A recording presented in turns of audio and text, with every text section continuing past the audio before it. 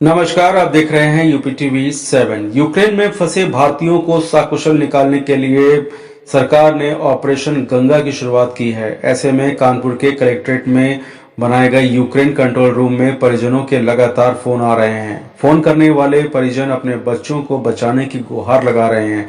ऐसे में मौजूद कर्मचारी उनकी परेशानी को समझकर शासन को अवगत भी करा रहे हैं। रूस द्वारा यूक्रेन पर हमले के बाद तमाम भारतीय वहां फंस गए हैं, जिसमें कानपुर के तमाम ऐसे छात्र यूक्रेन में फंसे हैं जो वहां मेडिकल की पढ़ाई करने गए हुए थे। कानपुर कंट्रोल रूम से परिजन लगातार संपर्क बनाए हुए हैं। जिलाधिकारी नेहा शर्मा ने बताया कि 2 हेल्पलाइन नंबर भी जारी किए गए हैं, जिस पर कानपुर ही नहीं लखनऊ से भी लगातार कॉल आ रही हैं। अभी तक 32 छात्रों को यूक्रेन में फंसे होने की एप्लीकेशन यानी कि जो 32 छात्र हैं उनके यूक्रेन में फंसे होने की एप्लीकेशन प्राप्त की जा चुकी है, जिन्हें एकत्रित कर शासन तक भेज दिया गया है, जिसके बाद से संबंधित एम्बेसी तक भेजा जाएगा, क्योंकि शासन और प्रशासन की प्राथमिकता यही है कि छात्रों को सकुशल वापस लाया जाए। फिलहाल आप सुरक्षित रहिए और जुड़े रहिए यूपी टीवी 7 से। नमस्कार। कुछ लोग लोकेशन शेयर कर रहे हैं जैसे वो भी कर रहे हैं और यहाँ पे हमने ट्रिपल वीडियो और ये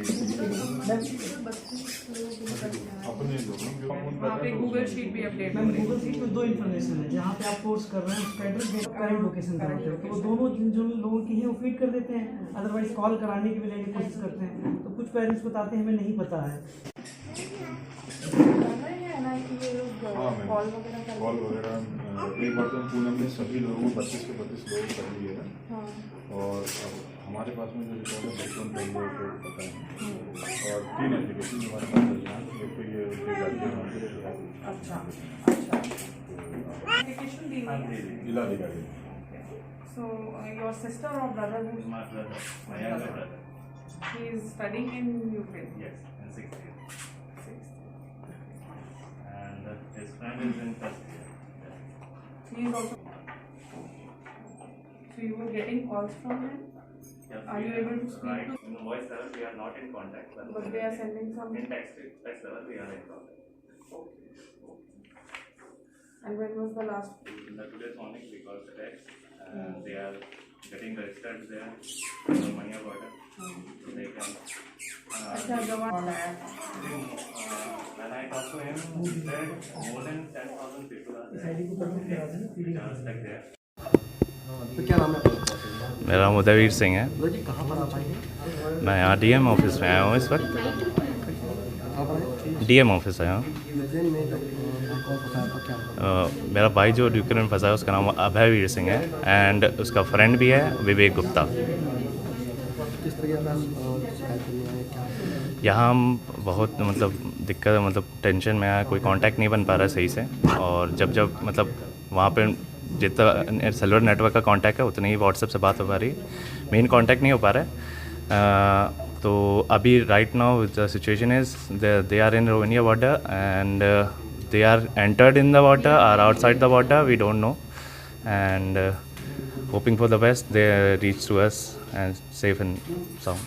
हेल्पलाइन नंबर भी जारी किए गए That we contacted on the that is a number 05122 something, and we contacted there and provided our all details, but didn't get the confirmation. For confirmation, I come here and provided my brother's detail and his friend's detail. कहाँ से आए आप लोग? हम पनकी से हैं और हमारा मेरे भाई का दोस्त है वो भी पनकी से है, हम दोनों पनकी से हैं कानपुर। और क्या नाम है आपका, कहाँ पर आ जाते हैं?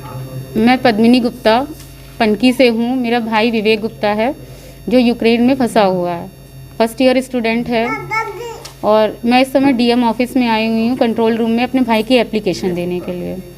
जो भी पता चला है, सुबह पता चला है कि शायद वो यूक्रेन बॉर्डर या रोमानिया बॉर्डर पे है। डॉक्यूमेंटेशन वहाँ पे हो रहा है नहीं हो रहा है क्या, ये क्लियर नहीं हो पा रहा। बच्चे 10-12 किलोमीटर पैदल चल के आए हैं। आपकी लास्ट बात कब हुई थी?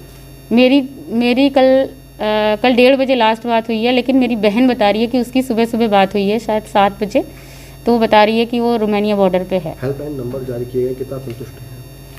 उससे बहुत ज़्यादा संतुष्ट हैं कि एप्लीकेशन आज हम देने आए हैं, बस बच्चे वहाँ से सकुशल वापस आ जाएं। कहाँ पर आए, क्या आश्वासन दिया है? आश्वासन ये दिया कि आपकी कंप्लेन ऊपर लखनऊ तक जा चुकी है और प्रोसेस में है काम।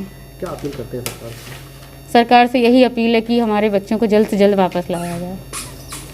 मैम, किस तरह के नंबर जारी किए गए हैं, परिवार को किस तरह समझाया जा रहा है? देखिए, ये एक हेल्पलाइन नंबर की व्यवस्था जो है वो कलेक्ट्रेट परिसर में हम लोगों के द्वारा की गई है।